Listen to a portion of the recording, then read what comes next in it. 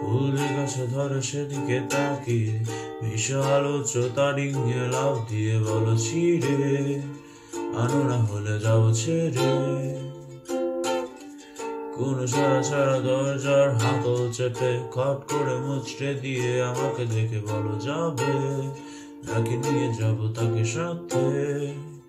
ও কপ করে আমার হাতটা ধরে নিজের কাছে টেনে নিতে কি বাধা হয়ে দাঁড়িয়েছে। ও না জেনে শুনে কিছু জানিয়ে নিজে আড়ালে লুকালে আমাকে তুমি ডুবালে। আমি কার পিছে নিজের জন্য যাব খেটে, তোকে বলেছে খেতে অন্যের জন্য মোমবাতি পানিতে না দিয়ে শুকাতে, অন্যের জন্য